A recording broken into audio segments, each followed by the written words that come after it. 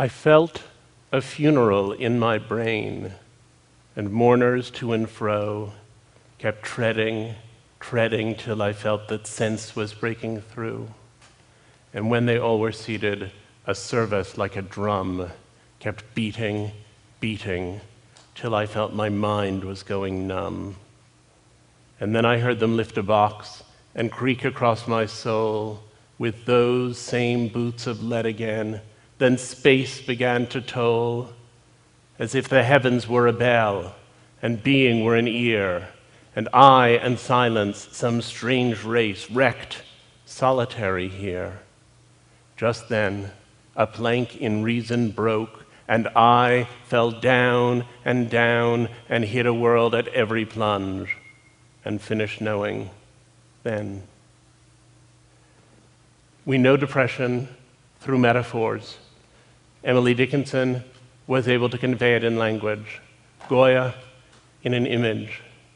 Half the purpose of art is to describe such iconic states. As for me, I had always thought myself tough, one of the people who could survive if I'd been sent to a concentration camp. In 1991, I had a series of losses. My mother died, a relationship I'd been in ended, I moved back to the United States from some years abroad, and I got through all of those experiences intact. But in 1994, 3 years later, I found myself losing interest in almost everything. I didn't want to do any of the things I had previously wanted to do, and I didn't know why. The opposite of depression is not happiness, but vitality. And it was vitality that seemed to seep away from me in that moment. Everything there was to do seemed like too much work. I would come home and I would see the red light flashing on my answering machine. And instead of being thrilled to hear from my friends, I would think, what a lot of people that is to have to call back. Or I would decide I should have lunch, and then I would think, but I'd have to get the food out and put it on a plate and cut it up and chew it and swallow it. And it felt to me like the Stations of the Cross. And one of the things that often gets lost in discussions of depression is that you know it's ridiculous. You know it's ridiculous while you're experiencing it. You know that most people manage to listen to their messages and eat lunch and organize themselves to take a shower and go out the front door, and that it's not a big deal. And yet, you are nonetheless in its grip, and you are unable to figure out any way around it. And so I began to feel myself doing less and thinking less and feeling less. It was a kind of nullity, and then the anxiety set in. If you told me that I have to be depressed for the next month, I would say as long as I know it'll be over in November, I can do it.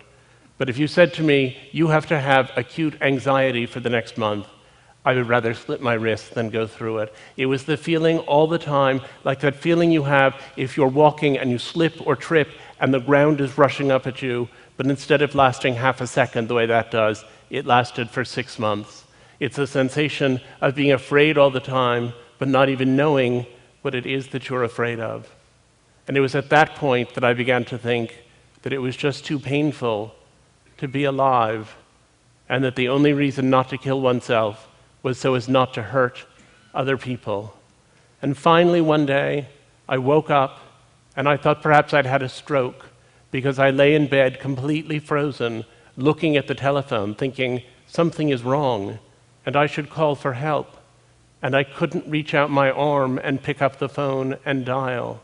And finally, after 4 full hours of my lying and staring at it, the phone rang, and somehow I managed to pick it up. And it was my father. And I said, I'm in serious trouble. We need to do something. The next day, I started with the medications and the therapy. And I also started reckoning with this terrible question. If I'm not the tough person who could have made it through a concentration camp, then who am I? And if I have to take medication, is that medication making me more fully myself? Or is it making me someone else? And how do I feel about it if it's making me someone else? I had 2 advantages as I went into the fight. The first is that I knew that, objectively speaking, I had a nice life, and that if I could only get well, there was something at the other end that was worth living for. And the other was that I had access to good treatment. But I nonetheless emerged and relapsed, and emerged and relapsed, and emerged and relapsed, and finally understood I would have to be on medication and in therapy forever.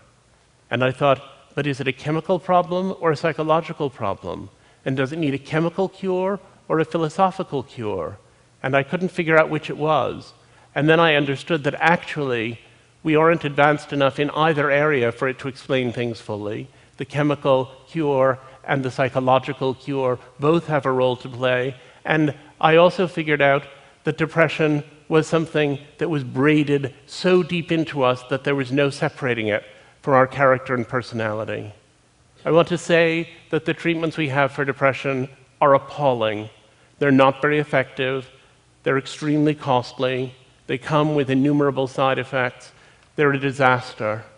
But I am so grateful that I live now and not 50 years ago, when there would have been almost nothing to be done. I hope that 50 years hence, people will hear about my treatments and be appalled that anyone endured such primitive science. Depression is the flaw in love. If you were married to someone and thought, well, if my wife dies, I'll find another one, it wouldn't be love as we know it. There's no such thing as love without the anticipation of loss, and that specter of despair can be the engine of intimacy. There are three things people tend to confuse: depression, grief, and sadness. Grief is explicitly reactive.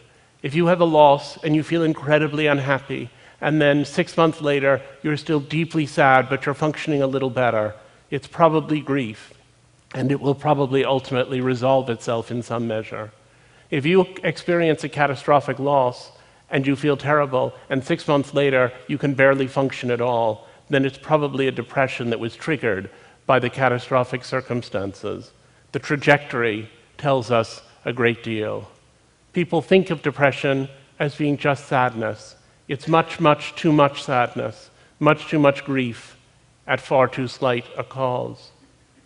As I set out to understand depression and to interview people who had experienced it, I found that there were people who seemed on the surface to have what sounded like relatively mild depression, who were nonetheless utterly disabled by it. And there were other people who had what sounded, as they described it, like terribly severe depression, who nonetheless had good lives in the interstices between their depressive episodes. And I set out to find out what it is that causes some people to be more resilient than other people. What are the mechanisms that allow people to survive? And I went out and I interviewed person after person who was suffering with depression. One of the first people I interviewed described depression as a slower way of being dead. And that was a good thing for me to hear early on, because it reminded me that that slow way of being dead can lead to actual deadness, that this is a serious business. It's the leading disability worldwide, and people die of it every day. One of the people I talked to when I was trying to understand this was a beloved friend who I had known for many years and who had had a psychotic episode in her freshman year of college and then plummeted into a horrific depression. She had bipolar illness, or manic depression as it was then known. And then she did very well for many years on lithium, and then eventually she was taken off her lithium to see how she would do without it. And she had another psychosis, and then plunged into the worst depression that I had ever seen, in which she sat in her parents' apartment, more or less catatonic, essentially without moving, day after day after day. And when I interviewed her about that experience some years later, she's a poet and psychotherapist named Maggie Robbins. When I interviewed her, she said, I was singing, "Where Have All the Flowers Gone?" over and over to occupy my mind. I was singing to blot out the things my mind was saying, which were, you are nothing. You are nobody. You don't even deserve to live. And that was when I really started thinking about killing myself. You don't think in depression that you've put on a gray veil and are seeing the world through the haze of a bad mood.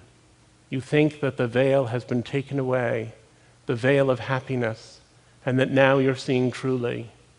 It's easier to help schizophrenics who perceive that there's something foreign inside of them that needs to be exorcised, but it's difficult with depressives because we believe we are seeing the truth. But the truth lies. I became obsessed with that sentence, but the truth lies. And I discovered as I talked to depressive people that they have many delusional perceptions. People will say, no one loves me, and you say, I love you, your wife loves you, your mother loves you. You can answer that one pretty readily, at least for most people. But people who are depressed will also say, no matter what we do, we're all just going to die in the end. Or they'll say, there can be no true communion between two human beings. Each of us is trapped in his own body. To which you have to say, that's true, but I think we should focus right now on what to have for breakfast. A lot of the time, what they are expressing is not illness, but insight. And one comes to think what's really extraordinary is that most of us know about those existential questions, and they don't distract us very much. There was a study I particularly liked in which a group of depressed and a group of non-depressed people were asked to play a video game for an hour. And at the end of the hour, they were asked how many little monsters they thought they had killed. The depressive group was usually accurate to within about 10%. And the non-depressed people guessed between 15 and 20 times as many little monsters as they had actually killed. A lot of people said when I chose to write about my depression that it must be very difficult to be out of that closet, to have people know. They said, do people talk to you differently? And I said, yes, people talk to me differently. They talk to me differently insofar as they start telling me about their experience or their sister's experience or their friend's experience. Things are different because now I know that depression is a family secret that everyone has. I went a few years ago to a conference, and on Friday of the 3-day conference, one of the participants took me aside and she said, I suffer from depression and I'm a little embarrassed about it, but I've been taking this medication and I just wanted to ask you what you think. And so I did my best to give her such advice as I could. And then she said, you know, my husband would never understand this. He's really the kind of guy to whom this wouldn't make any sense. So I just, it's just between us. And I said, yes, that's fine. On Sunday at the same conference, her husband took me aside. And he said, my wife wouldn't think that I was really much of a guy if she knew this, but I've been dealing with this depression and I'm taking some medication and I wondered what you think. They were hiding the same medication in 2 different places in the same bedroom. And I said that I thought communication within the marriage might be triggering some of their problems. But I was also struck by the burdensome nature of such mutual secrecy. Depression is so exhausting. It takes up so much of your time and energy, and silence about it, it really does make the depression worse. And then I began thinking about all the ways people make themselves better. I'd started off as a medical conservative. I thought there were a few kinds of therapy that worked. It was clear what they were. There was medication, there were certain psychotherapies, there was possibly electroconvulsive treatment, and that everything else was nonsense. But then I discovered something. If you have brain cancer and you say that standing on your head for 20 minutes every morning makes you feel better, it may make you feel better, but you still have brain cancer and you'll still probably die from it. But if you say that you have depression and standing on your head for 20 minutes every day makes you feel better, then it's worked, because depression is an illness of how you feel. And if you feel better, then you're effectively not depressed anymore. So I became much more tolerant of the vast world of alternative treatments. And I get letters. I get hundreds of letters from people writing to tell me about what's worked for them. Someone was asking me backstage today about meditation. My favorite of the letters that I got was the one that came from a woman who wrote and said that she had tried therapy, she had tried medication, she had tried pretty much everything, and she had found a solution and hoped I would tell the world. And that was making little things from yarn. She sent me some of them, and I'm not wearing them right now. I suggested to her that she also should look up obsessive-compulsive disorder in the DSM. And yet, when I went to look at alternative treatments, I also gained perspective on other treatments. I went through a tribal exorcism in Senegal that involved a great deal of ram's blood and that I'm not going to detail right now. But a few years afterwards, I was in Rwanda working on a different project, and I happened to describe my experience to someone. And he said, well, you know, that's West Africa and we're in East Africa, and our rituals are in some ways very different, but we do have some rituals that have something in common with what you're describing. And I said, oh, and he said, yes. He said, but we've had a lot of trouble with Western mental health workers, especially the ones who came right after the genocide. And I said, what kind of trouble did you have? And he said, well, he said they would do this bizarre thing. He said they didn't take people out in the sunshine where you begin to feel better. They didn't include drumming or music to get people's blood going. They didn't involve the whole community. They didn't externalize the depression as an invasive spirit. Instead, what they did was they took people, one at a time, into dingy little rooms and had them talk for an hour about bad things that had happened to them.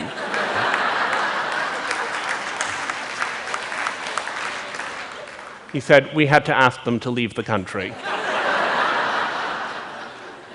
Now, at the other end of alternative treatments, let me tell you about Frank Russakoff. Frank Russakoff had the worst depression, perhaps, that I've ever seen in a man. He was constantly depressed. He was, when I met him, at a point at which every month he would have electroshock treatment. Then he would feel sort of disoriented for a week. Then he would feel okay for a week. Then he would have a week of going downhill. And then he would have another electroshock treatment. And he said to me when I met him, it's unbearable to go through my weeks this way. I can't go on this way, and I figured out how I'm going to end it if I don't get better.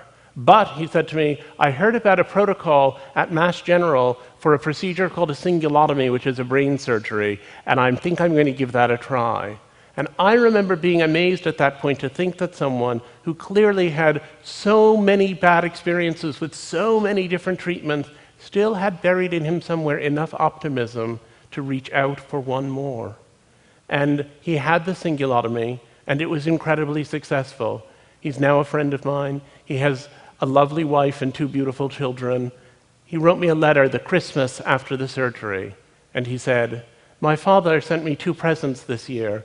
First, a motorized CD rack from the Sharper Image that I didn't really need, but I knew he was giving it to me to celebrate the fact that I'm living on my own and have a job I seem to love.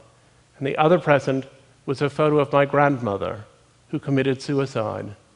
As I unwrapped it, I began to cry, and my mother came over and said, are you crying because of the relatives you never knew? And I said, she had the same disease I have. I'm crying now as I write to you. It's not that I'm so sad, but I get overwhelmed. I think because I could have killed myself, but my parents kept me going, and so did the doctors, and I had the surgery. I'm alive and grateful. We live in the right time, even if it doesn't always feel like it. I was struck by the fact that depression is broadly perceived to be a modern Western middle-class thing, and I went to look at how it operated in a variety of other contexts. And one of the things I was most interested in was depression among the indigent. And so I went out to try to look at what was being done for poor people with depression. And what I discovered is that poor people are mostly not being treated for depression. Depression is the result of a genetic vulnerability, which is presumably evenly distributed in the population, and triggering circumstances, which are likely to be more severe for people who are impoverished. And yet, it turns out that if you have a really lovely life but feel miserable all the time, you think, why do I feel like this? I must have depression. And you set out to find treatment for it. But if you have a perfectly awful life and you feel miserable all the time, the way you feel is commensurate with your life. And it doesn't occur to you to think, maybe this is treatable. And so we have an epidemic in this country of depression among impoverished people that's not being picked up and that's not being treated and that's not being addressed. And it's a tragedy of a grand order. And so I found an academic who was doing a research project in slums outside of DC, where she picked up women who had come in for other health problems and diagnosed them with depression, and then provided 6 months of experimental protocol. One of them, Lolly, came in, and this is what she said the day she came in. She said, and she was a woman, by the way, who had 7 children. She said, I used to have a job, but I had to give it up because I couldn't go out of the house. I have nothing to say to my children. In the morning, I can't wait for them to leave, and then I climb in bed and pull the covers over my head. And 3 o'clock when they come home, it just comes so fast. She said, I've been taking a lot of Tylenol, anything I can take so that I can sleep more. My husband has been telling me I'm stupid, I'm ugly. I wish I could stop the pain. Well, she was brought into this experimental protocol, and when I interviewed her 6 months later, she had taken a job working in childcare for the US Navy. She had left the abusive husband, and she said to me, my kids are so much happier now. She said, there's one room in my new place for the boys and one room for the girls, but at night they're just all up on my bed and we're doing homework all together and everything. One of them wants to be a preacher, one of them wants to be a firefighter, and one of the girls says she's going to be a lawyer. They don't cry like they used to, and they don't fight like they did. That's all I need now, is my kids. Things keep on changing.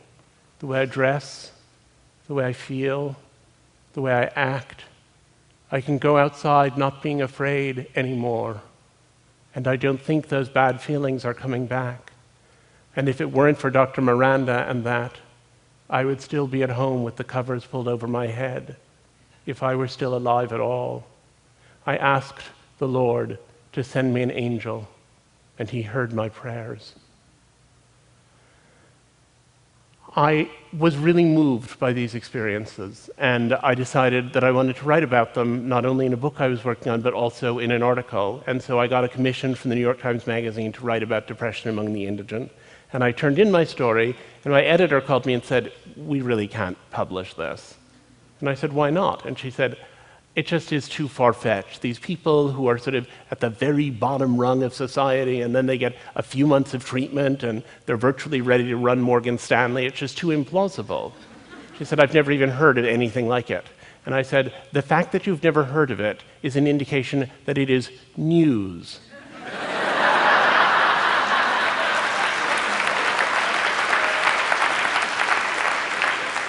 And you are a news magazine.